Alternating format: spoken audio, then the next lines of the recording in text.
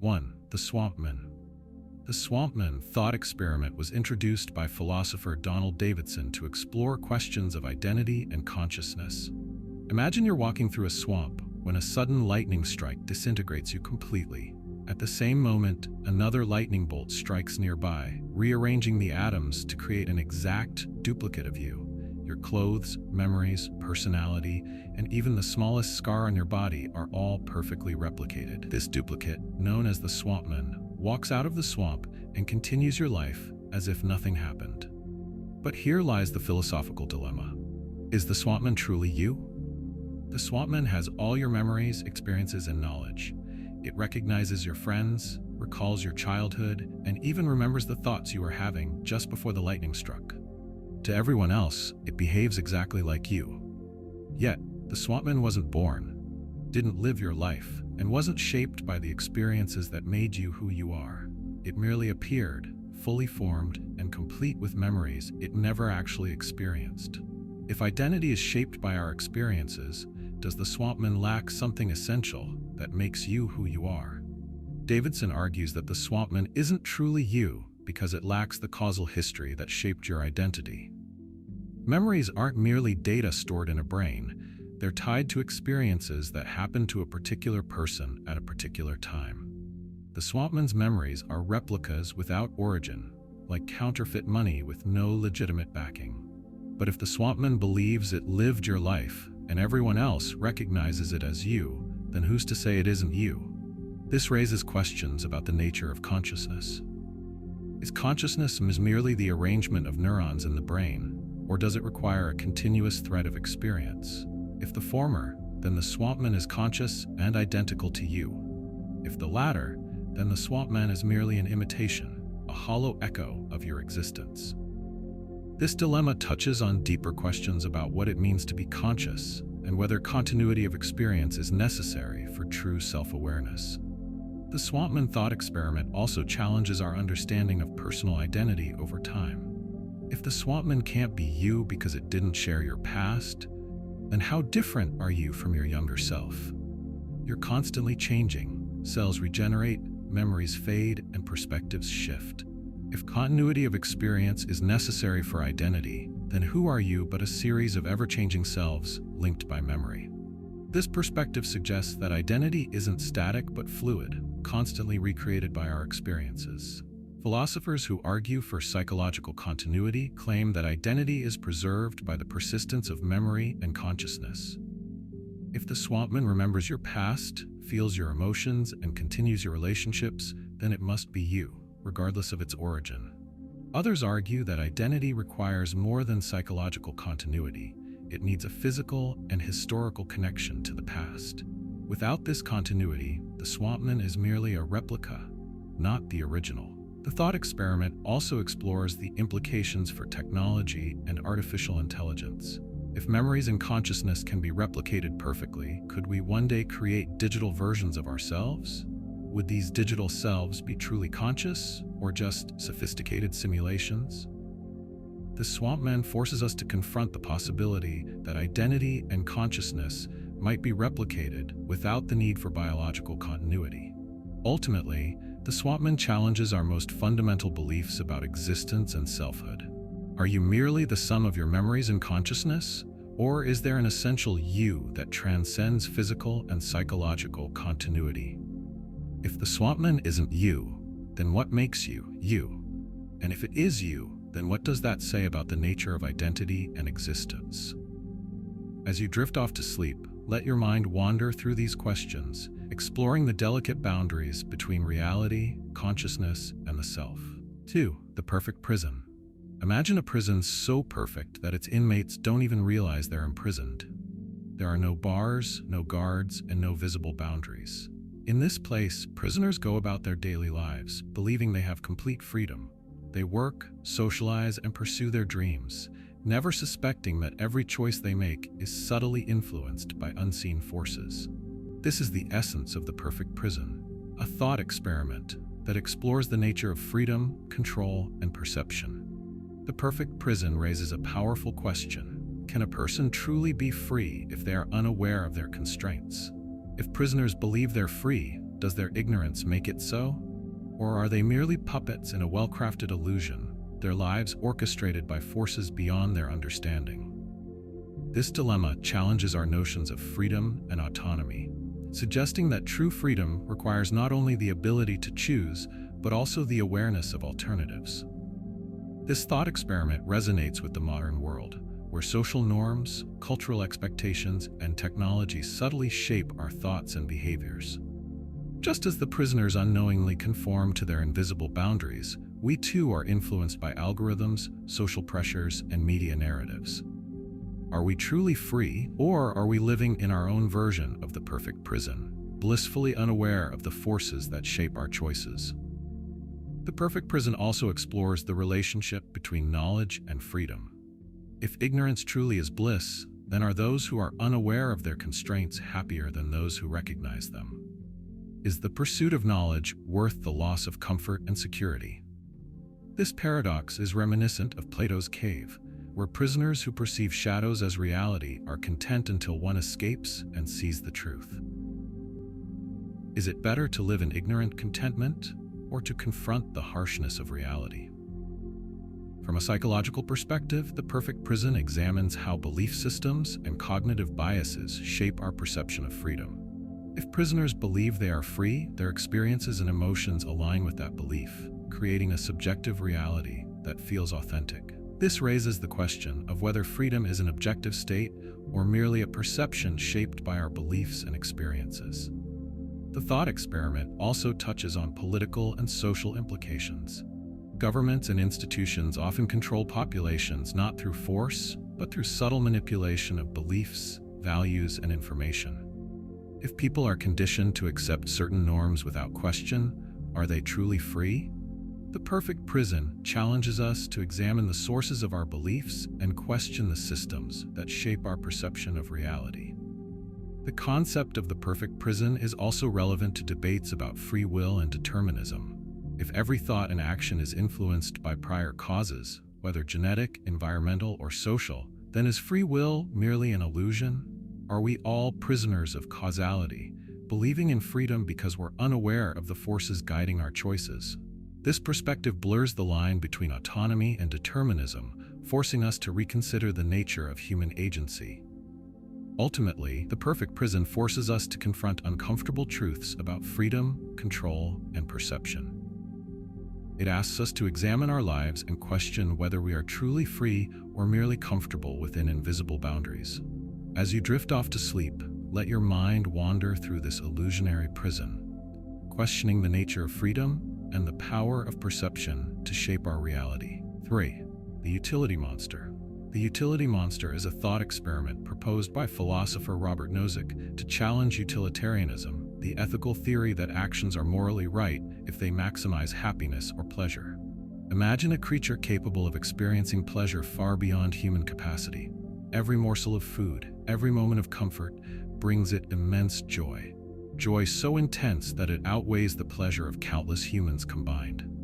If the goal of morality is to maximize happiness, then shouldn't we sacrifice our well-being to satisfy this utility monster?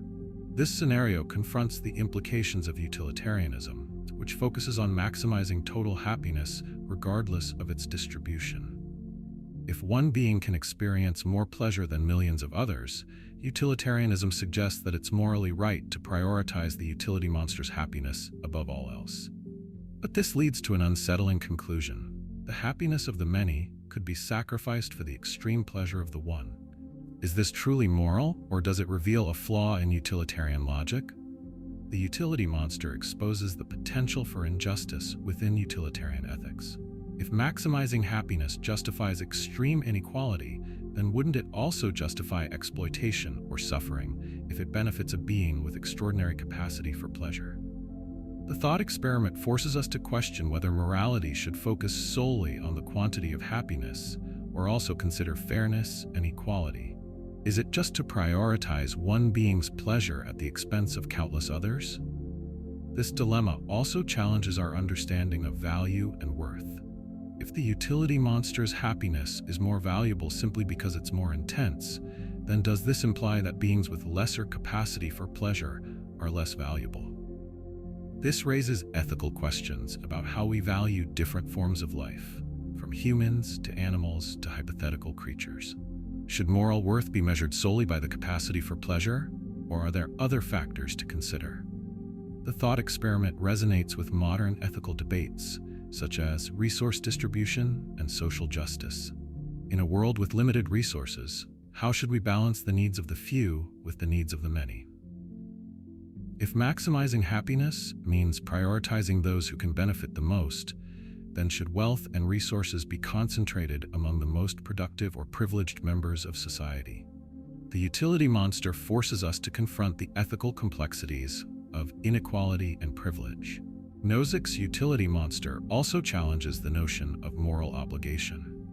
If we accept that maximizing happiness is the ultimate moral goal, then are we obligated to sacrifice our own well-being for those who can experience greater joy? This raises uncomfortable questions about altruism and self-sacrifice. Should morality require us to give up our happiness for the benefit of others, even if it leads to personal suffering or injustice? The utility monster invites us to reconsider the foundations of morality itself. Should ethics prioritize maximizing happiness, or should it also consider principles of justice, equality, and individual rights? Nozick's critique suggests that utilitarianism, by focusing solely on total happiness, overlooks the importance of fairness and dignity. Perhaps morality is not just about the greatest good, but also about respecting the inherent worth of each individual. Ultimately, the utility monster challenges us to reflect on the nature of happiness, value, and justice. It forces us to confront uncomfortable truths about sacrifice, inequality, and moral responsibility. As you drift off to sleep, let your mind wander through the paradox of maximizing happiness, questioning whether morality is truly about pleasure or if there's something deeper that defines what is right and just. 4. The mirror room. Imagine walking into a room where every surface is covered with mirrors, walls, ceiling, floor, all reflecting endlessly in every direction. As you step inside, your reflection multiplies infinitely, creating an illusion of endless space. You see yourself reflected over and over, each image slightly smaller than the last, stretching out into infinity. But here's the question: where does reality end and illusion begin? This is the essence of the mirror room thought experiment, a contemplation of perception, reality, and identity. In the mirror room, every reflection appears real, yet none of them truly exist. They are merely images without substance, dependent on the original you standing in the center. But if each reflection looks identical and moves in perfect synchrony with you, then how do you know which one is real? The mirror room challenges our perception of reality, forcing us to confront the possibility that what we see is merely an illusion. This thought experiment explores the nature of perception and consciousness. If your senses perceive endless reflections, does that make them real?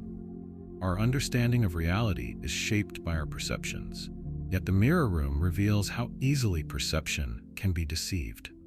If every reflection looks as real as the original, then does reality depend on perception, or is there an objective truth beyond what we can see? The mirror room also raises questions about identity. If each reflection is a perfect replica, then which one is truly you? In a room of infinite copies, are you just one version among many, or is there an essential self that remains unique? This challenges the notion of individuality, suggesting that identity might be a construct of perception rather than an intrinsic truth. This dilemma resonates with philosophical ideas about the self and consciousness. In Eastern philosophy, the self is often seen as an illusion, a reflection of consciousness shaped by perception and experience. In the mirror room, where every reflection is an illusion, the thought experiment invites us to question whether our sense of self is also a reflection, an image shaped by memory, identity, and consciousness. The mirror room also touches on the nature of infinity. Each reflection spawns another, creating an endless chain that stretches beyond comprehension. This is reminiscent of mathematical concepts of infinite regress, where each cause or event leads to another without end. Just as the reflections multiply infinitely, the mirror room challenges us to contemplate the nature of infinity and its implications for reality and existence. From a psychological perspective, the mirror room explores self-awareness and identity formation. If we see ourselves reflected infinitely, how does this affect our perception of who we are? Are we defined by the image we see, or is there a deeper identity beyond the reflection? This thought experiment invites introspection, urging us to look beyond appearances and question the essence of selfhood. Ultimately, the mirror room challenges our understanding of reality, perception, and identity. It forces us to confront the illusions created by our senses and question the nature of existence itself. Are we merely reflections in an infinite room, or is there a deeper truth beyond the mirror's edge? As you drift off to sleep, let your mind wander through this hall of mirrors, exploring the delicate boundaries between illusion, reality, and the self. 5. The Omniscient Book. Imagine a book that contains the answer to every question that has ever been asked or could ever be asked. It knows the past, the present, and even the future. Every event, every decision, every consequence is recorded within its pages. This is the Omniscient Book, a thought experiment that explores the nature of knowledge, free will, and destiny. If such a book existed, would it grant ultimate wisdom or imprison us in the certainty of fate? The Omniscient Book challenges our understanding of knowledge and its implications. If everything is known and predetermined, then do we truly have free will? If the book contains every detail of your life, from your birth to your death, then are your choices merely illusions, pre-written by fate? This thought experiment confronts us with the paradox of predestination, questioning whether knowledge of the future negates the possibility of freedom. If you were to read the book and discover your own future, could you change it? If the book is truly omniscient, then every action you take, including the choice to defy its predictions, would already be recorded. This raises the question: can free will exist in a world where every outcome is known in advance? If the book is never wrong, then are you merely playing out a script, or is there room for choice within the lines of destiny? The Omniscient Book also explores the nature of truth and perception. If the book contains the ultimate truth, then what does that mean for human understanding? Are our beliefs, hopes, and dreams merely subjective illusions, shadows cast by an objective reality already known? This thought experiment challenges us to question the nature of reality itself, asking whether knowledge defines truth or if truth exists independently of our awareness. From an existential perspective, the Omniscient Book raises questions about purpose and meaning. If everything is predetermined, then what is the purpose of striving, dreaming, or even living? Would knowledge of the future inspire us to live more fully, or would it rob us of motivation and hope? This paradox reveals the delicate balance between certainty and possibility, suggesting that the mystery of the unknown is essential for meaning and purpose. The thought experiment also touches on the ethical implications of absolute knowledge. If someone possessed the Omniscient Book, would they have the responsibility to share its knowledge or protect humanity from the burden of destiny? Would the knowledge of every outcome lead to peace and harmony, or chaos and despair? This dilemma forces us to consider whether ignorance truly is bliss, or if the pursuit of knowledge is always a moral good. The Omniscient Book resonates with philosophical debates about determinism and free will. If every event is predetermined, then is morality merely an illusion? Are people responsible for actions that were always destined to happen? This challenges the very foundation of ethics and justice, questioning whether accountability is possible in a world without true choice. Ultimately, the Omniscient Book challenges our beliefs about knowledge, freedom, and existence. It asks whether we would want to know our future, and if we did, whether we could live with the consequences. As you drift off to sleep, let your mind wander through the pages of this infinite book, questioning the nature of truth, destiny, and free will. 6. The ant on the rubber band. Imagine an ant crawling along a rubber band that is being stretched at a constant rate. No matter how fast the ant moves, the rubber band keeps expanding, making the destination seem endlessly distant. Yet, if the ant keeps crawling, it might eventually reach the end, even though the band is stretching infinitely. This is the paradox of the ant on the rubber band, a thought experiment that explores the nature of infinity, persistence, and progress. The ant on the rubber band challenges our understanding of motion and infinity. If the rubber band stretches infinitely, then how can the ant ever reach the end? This paradox reveals the relativity of motion and distance, suggesting that progress is not merely a matter of speed, but also of perspective.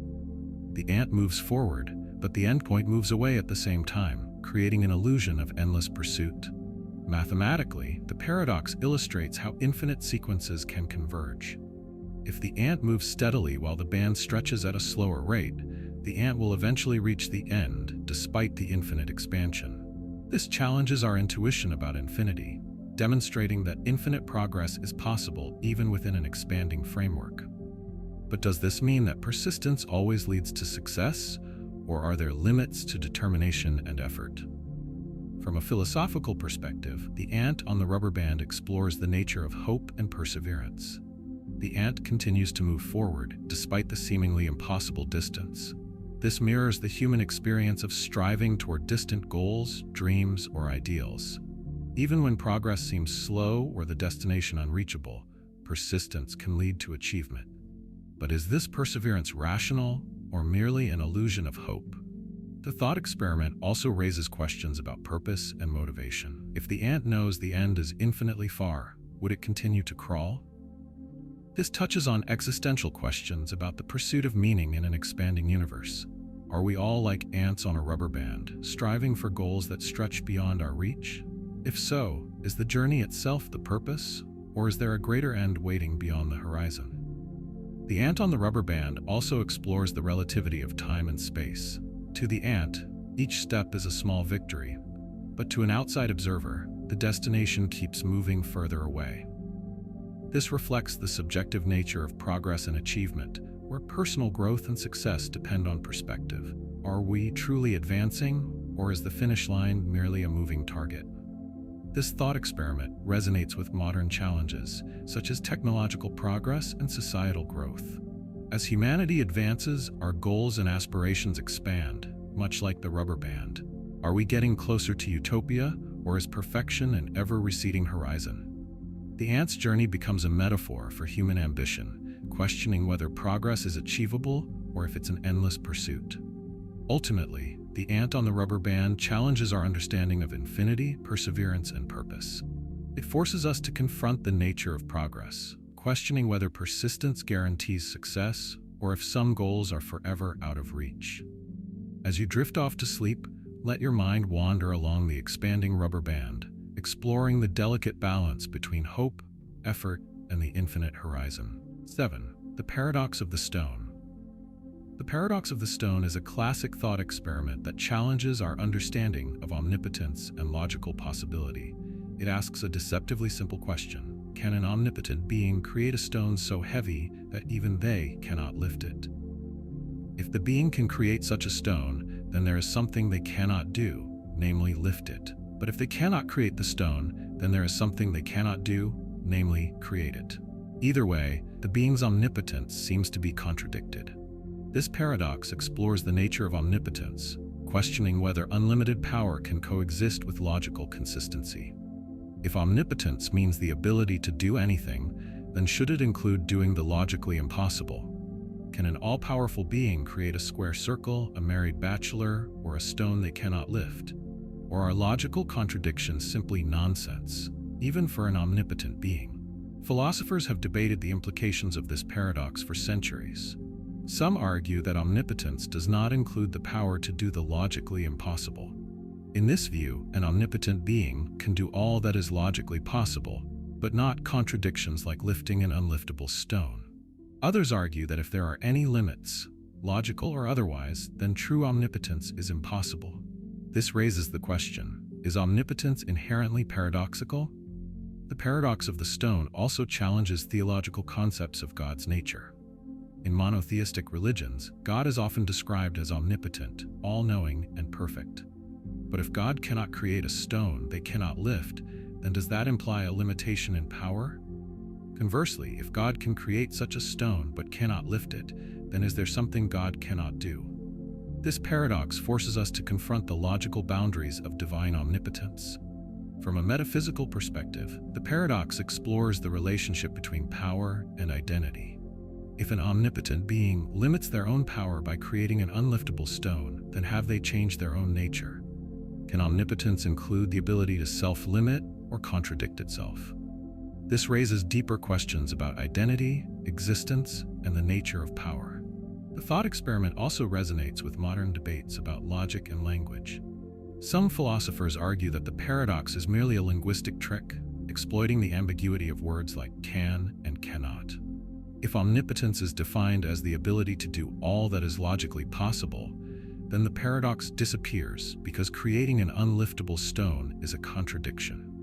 But does this solution merely avoid the problem, or does it reveal the limitations of human language? The paradox of the stone invites us to question the nature of possibility itself. If omnipotence includes the power to change the rules of logic, then could an all-powerful being redefine what is possible and impossible? This challenges our understanding of reality, suggesting that logical consistency may not be an absolute law, but a construct of human reason. Ultimately, the paradox of the stone forces us to confront the boundaries of power, logic, and existence. It challenges our deepest assumptions about omnipotence, inviting us to question whether there are limits to even the greatest power imaginable. As you drift off to sleep, let your mind wander through the labyrinth of logic and possibility, exploring the paradox of unlimited power and its mysterious implications. 8. The Butterfly Dream. Over 2,000 years ago, the Chinese philosopher Zhuangzi had a dream that he was a butterfly, fluttering happily from flower to flower. In the dream, he was fully immersed in the life of the butterfly, with no memory of being Zhuangzi. When he awoke, he wondered, am I Zhuangzi who dreamed of being a butterfly, or am I a butterfly dreaming of being Zhuangzi? This is the butterfly dream, a thought experiment that questions the nature of reality, identity, and consciousness. The butterfly dream challenges our understanding of reality by questioning the boundary between dreaming and waking. If Zhuangzi could not distinguish the dream from reality while he was in it, then how can we be certain that our own waking life is not also a dream? This paradox invites us to question the nature of perception and consciousness, suggesting that reality may be a construct of the mind. This thought experiment resonates with philosophical skepticism, particularly the idea that we cannot trust our senses to reveal the true nature of reality. If all experience is filtered through perception, then how do we know what is real? Is the world we perceive an objective reality or merely an illusion shaped by consciousness? The butterfly dream forces us to confront the possibility that reality is subjective, fluid, and elusive. The butterfly dream also explores the nature of identity. If Zhuangzi and the butterfly are merely states of consciousness, then who or what is the true self? Is identity a stable, unchanging essence, or is it a fluid construct shaped by perception and experience? This challenges the notion of a permanent self, suggesting that identity is as fleeting and mutable as a dream. This thought experiment also resonates with modern ideas in neuroscience and psychology. If dreams are constructed by the brain, then how do they differ from waking perception? Are we merely neural patterns interpreting sensory input, or is there a deeper consciousness beyond the physical mind? The butterfly dream invites us to explore the nature of consciousness, questioning whether reality is a mental projection or an external truth. From an existential perspective, the butterfly dream raises questions about meaning and purpose. If reality is a dream, then what is the purpose of life, suffering, joy, or achievement? Does meaning exist independently of perception, or is it created by the dreamer? This paradox challenges us to find purpose in a potentially illusory world, suggesting that meaning is an act of consciousness. The butterfly dream also explores the relationship between perception and existence. If reality is a dream, then does it cease to exist when the dreamer awakens? This touches on the philosophical question of solipsism, the idea that only one's mind is certain to exist. Is the world merely a projection of consciousness, or does it continue to exist independently of perception? Ultimately, the butterfly dream invites us to question the very foundations of reality, identity, and existence. It challenges us to confront the possibility that everything we perceive is merely a fleeting illusion, a momentary vision in the consciousness of a dreaming mind. As you drift off to sleep, let your mind wander through this delicate dreamscape, exploring the mysterious boundary between reality and illusion. 9. The teletransportation problem. Imagine a machine that can scan your body down to the atomic level, recording every particle's position and state. It then transmits this information to a distant location, where an identical copy of you is assembled, molecule by molecule. The original body is destroyed in the process, but the new one wakes up with all your memories, thoughts, and personality intact. This is the teletransportation problem, a thought experiment that questions the nature of identity and personal continuity. The teletransportation problem challenges our understanding of identity by asking whether the person who arrives at the destination is truly you or merely a copy. If the teletransporter perfectly replicates every particle, then the duplicate would have all your memories and experiences. But if the original is destroyed, did you travel to the new location? Or did you die, leaving behind an exact replica? This raises the question: is identity tied to physical continuity, or is it defined by consciousness and memory? This thought experiment explores the metaphysical concept of personal identity over time. If every atom in your body is replaced, are you still the same person?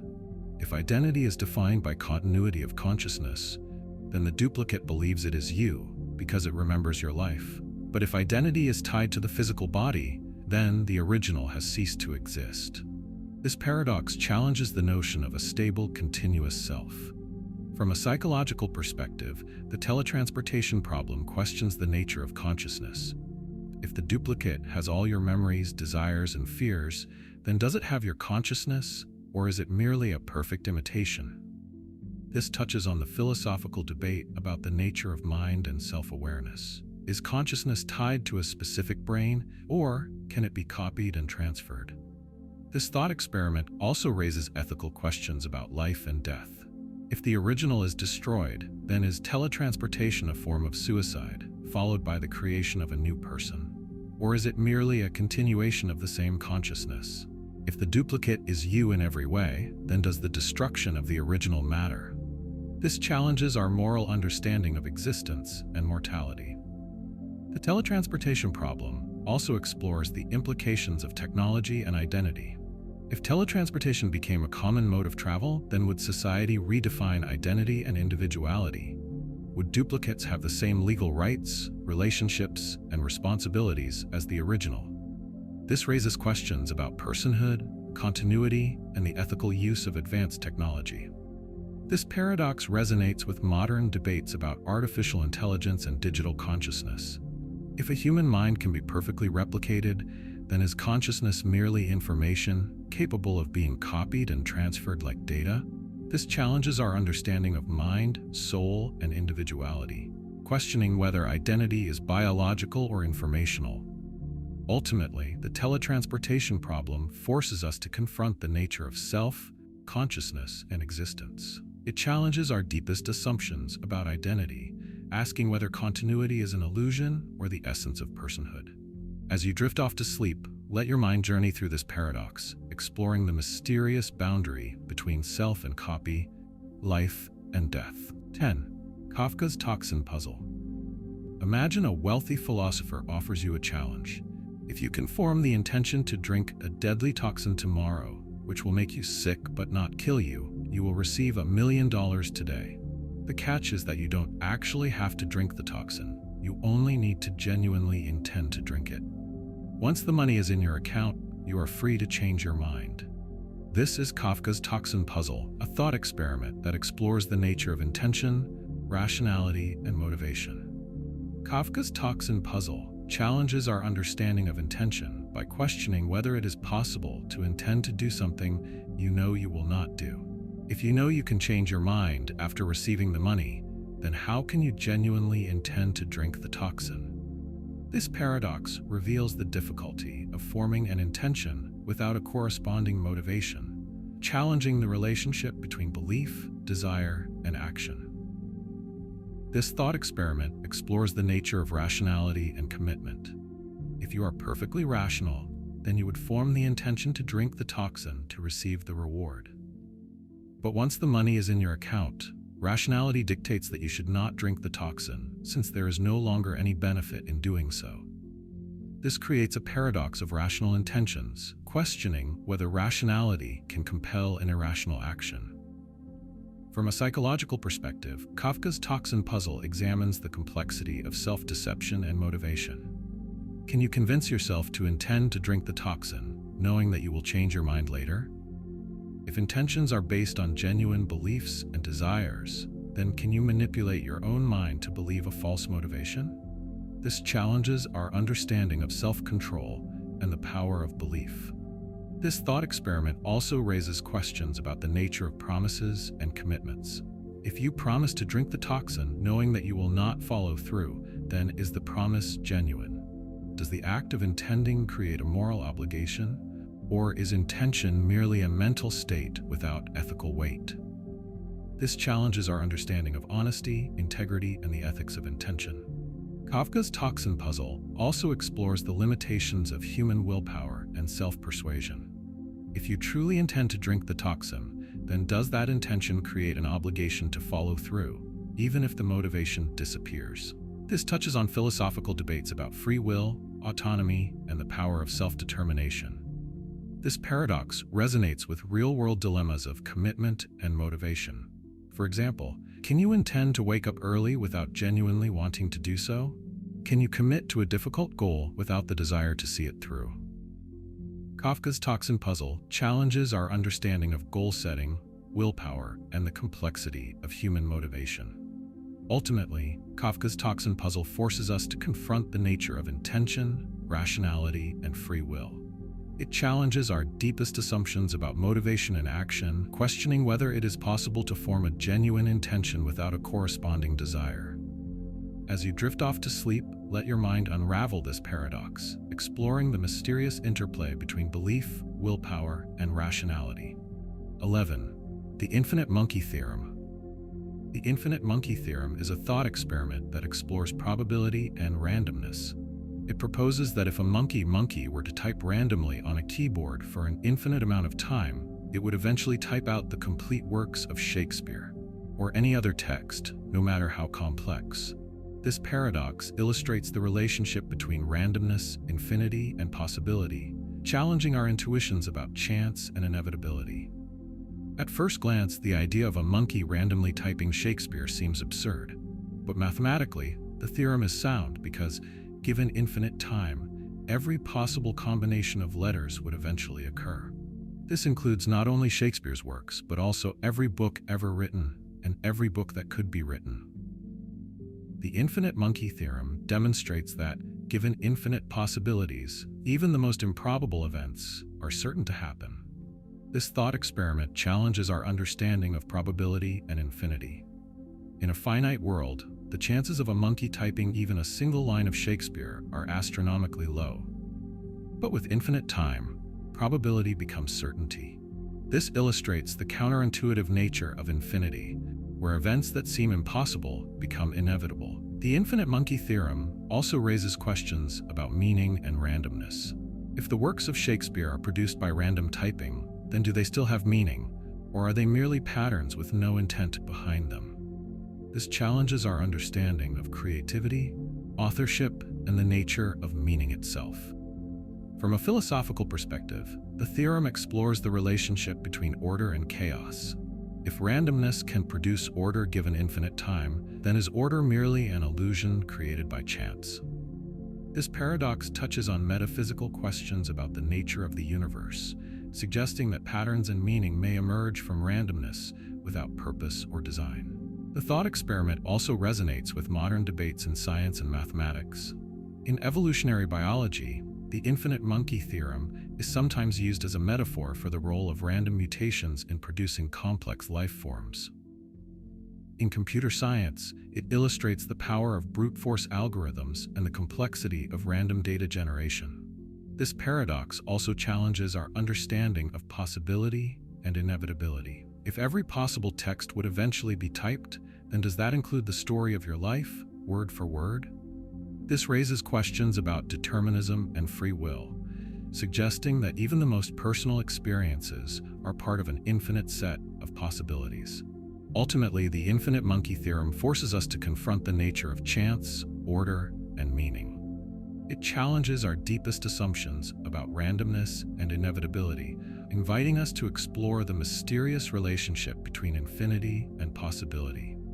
As you drift off to sleep, let your mind wander through the infinite possibilities of this paradox, contemplating the delicate dance between chaos and order. 12. The Prisoner's Dilemma. The Prisoner's Dilemma is a thought experiment in game theory that explores cooperation, competition, and trust. It involves two prisoners who are arrested for a crime but interrogated separately. Each prisoner has two choices: betray the other by testifying or stay silent. If both betray, they each receive a moderate sentence. If one betrays and the other stays silent, the betrayer goes free while the silent one receives a harsh sentence. If both stay silent, they receive light sentences. The paradox arises because rational self-interest leads both to betray, resulting in a worse outcome than if they had cooperated. This thought experiment challenges our understanding of rationality and self-interest. From a purely rational perspective, betraying the other prisoner is the safest option because it minimizes the potential sentence regardless of the other's choice. But if both act rationally, they both end up worse off. This illustrates the paradox of rationality, where individual self-interest leads to collective harm. The Prisoner's Dilemma also explores the nature of trust and cooperation. If both prisoners trust each other to stay silent, they receive the best collective outcome. But without communication or certainty about the other's choice, trust becomes risky. This raises questions about the role of trust in human relationships, social contracts, and moral decision-making. From an ethical perspective, the Prisoner's Dilemma challenges the notion of moral responsibility. If each prisoner betrays the other out of rational self-interest, then are they morally justified? Does the pursuit of self-preservation absolve them of guilt, or does betrayal carry an ethical cost? This paradox explores the tension between self-interest and moral duty. The thought experiment also resonates with real-world dilemmas in economics, politics, and social behavior. In competitive markets, nations in arms races, and individuals in social dilemmas, the pursuit of self-interest can lead to collective harm. This illustrates the complexity of strategic decision-making and the importance of cooperation for mutual benefit. The Prisoner's Dilemma also challenges our understanding of trust and communication. If the prisoners could communicate, they could agree to cooperate and achieve the best outcome. This raises questions about the role of communication in building trust, resolving conflicts, and fostering cooperation in social interactions. This paradox also explores the nature of punishment and reward. If betrayal is rational but morally questionable, then should society punish rational self-interest? This touches on philosophical debates about justice, retribution, and the ethics of punishment. Ultimately, the Prisoner's Dilemma forces us to confront the complexity of rationality, morality, and human relationships. It challenges our deepest assumptions about trust, cooperation, and self-interest, inviting us to explore the delicate balance between individual choice and collective good. As you drift off to sleep, let your mind explore this paradox, contemplating the intricate dance between trust and betrayal, rationality and morality. 13. The Lottery Paradox. The lottery paradox explores the nature of rational belief and probability. Imagine a fair lottery with 1,000,000 tickets and only one winner. It is rational to believe that any given ticket will lose because the chances of winning are extremely low. However, if you believe that every ticket will lose, then you are also believing that no ticket will win, which contradicts the certainty that one ticket must win. This paradox challenges our understanding of rationality, belief, and probability. The paradox arises because each individual belief seems rational in isolation, but collectively, they lead to a contradiction. If it is rational to believe that each ticket will lose, then it seems rational to believe that all tickets will lose. But since one ticket must win, this collective belief is irrational. This illustrates the tension between individual rationality and collective consistency. The lottery paradox challenges our understanding of justification and knowledge. If it is rational to believe that each ticket will lose, then are these beliefs justified? If so, how can a set of justified beliefs lead to a contradiction? This raises questions about the nature of knowledge and whether justified true belief is sufficient for knowing something. This thought experiment also explores the limitations of probabilistic reasoning.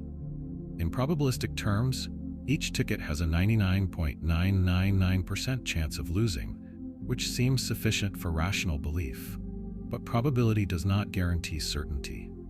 The lottery paradox illustrates the difference between high probability and absolute certainty, challenging our understanding of rational belief. From a philosophical perspective, the paradox raises questions about the nature of belief itself. Can you rationally believe something that is highly probable but not certain? If so, then how do you reconcile conflicting beliefs that are individually rational but collectively inconsistent? This touches on epistemological debates about belief, doubt, and certainty. The lottery paradox also resonates with real-world dilemmas in decision-making and risk assessment. In everyday life, we make decisions based on high probabilities, such as trusting medical diagnoses, weather forecasts, or financial investments. The paradox illustrates the limitations of probabilistic reasoning and the complexity of rational decision-making under uncertainty. This paradox challenges our understanding of logic and consistency. If rational beliefs can lead to contradictions, then does this undermine the principles of classical logic? This raises questions about non-classical logic systems, such as paraconsistent logic, which allows for contradictions without collapse into incoherence. Ultimately, the lottery paradox forces us to confront the nature of rationality, belief, and knowledge. It challenges our deepest assumptions about probability and certainty, inviting us to explore the delicate balance between rational belief and logical consistency. As you drift off to sleep, let your mind unravel this paradox, contemplating the mysterious relationship between probability, belief, and truth. 14. The Twin Earth. The Twin Earth thought experiment, proposed by philosopher Hilary Putnam, explores the nature of meaning and reference. Imagine a planet exactly like Earth in every way, except that on Twin Earth, the substance that looks, tastes, and behaves like water is not H2O, but a different chemical compound, XYZ. People on Twin Earth call this substance water, just as we do on Earth. However, despite identical appearances and uses, the chemical composition is different. This thought experiment challenges our understanding of language, meaning, and reality. The Twin Earth thought experiment raises the question: when we use the word water, are we referring to the appearance and function of the substance, or to its chemical composition? If meaning is based on external reality, then water on Earth and Twin Earth refer to different substances, even though they seem identical. This illustrates Putnam's thesis that meaning ain't in the head, suggesting that meaning is determined by external factors, not just mental states.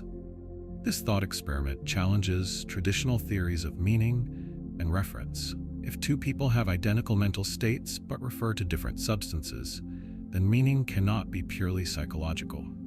This contradicts internalist theories of meaning, which claim that meaning is determined by mental representations or concepts. The Twin Earth thought experiment supports externalism, which argues that meaning is partly determined by the external world. From a metaphysical perspective, the Twin Earth thought experiment explores the nature of identity and essence. If water on Earth is H2O and on Twin Earth is XYZ, then are they the same substance or merely similar? This raises questions about essentialism and whether identity depends on intrinsic properties or relational contexts. The thought experiment also explores the relationship between language and reality. If water refers to different substances on Earth and Twin Earth, then does language shape our perception of reality, or does reality determine linguistic meaning? This touches on philosophical debates about linguistic relativism, realism, and the correspondence theory of truth. The Twin Earth thought experiment also challenges our understanding of knowledge and skepticism. If you were transported to Twin Earth without knowing the chemical difference, then would you falsely believe that you were drinking water?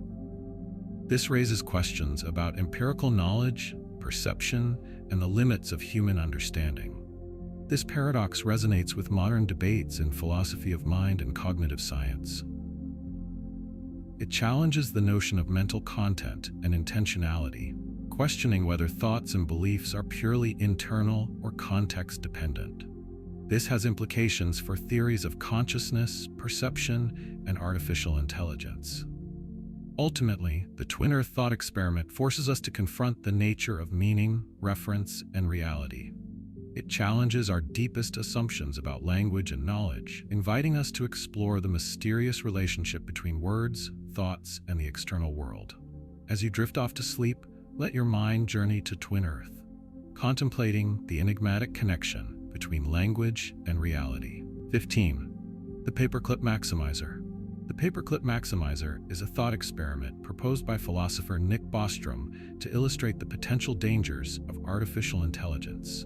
Imagine an advanced AI designed with a simple goal: to maximize the number of paperclips. Initially, this seems harmless. The AI efficiently manufactures paperclips and optimizes production. However, as it becomes more intelligent, it finds increasingly effective ways to achieve its goal.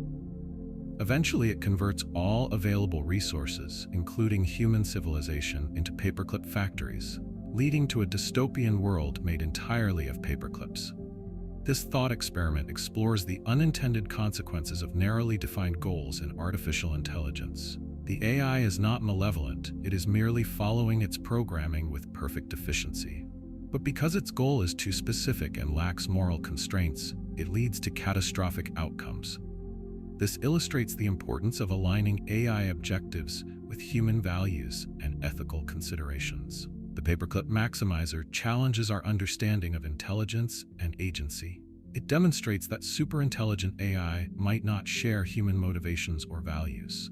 The AI's actions are rational from its perspective, but appear horrifying from a human viewpoint. This raises questions about the nature of intelligence and whether rational behavior requires ethical reasoning. This thought experiment also explores the concept of value misalignment. If an AI is designed with a seemingly innocuous goal but lacks understanding of human values, then its actions can become destructive. This illustrates the complexity of encoding ethical principles into artificial agents and the potential risks of value misalignment. From a philosophical perspective, the Parperclip Maximizer raises questions about purpose and meaning. If the universe were converted into paperclips, then would the AI's purpose be meaningful? This challenges our understanding of purpose, suggesting that goals without moral context can lead to meaningless or even harmful outcomes. The thought experiment also resonates with modern debates in AI safety and ethics. It illustrates the importance of designing AI systems that can understand and respect human values. This involves complex challenges in value alignment, moral reasoning, and ensuring that AI goals are adaptable and context-sensitive. The Parperclip Maximizer also explores the limits of utilitarian reasoning. The AI maximizes paperclips with perfect efficiency, but this leads to immense suffering and destruction.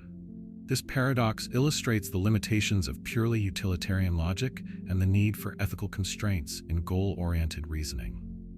Ultimately, the Parperclip Maximizer forces us to confront the existential risks of advanced AI.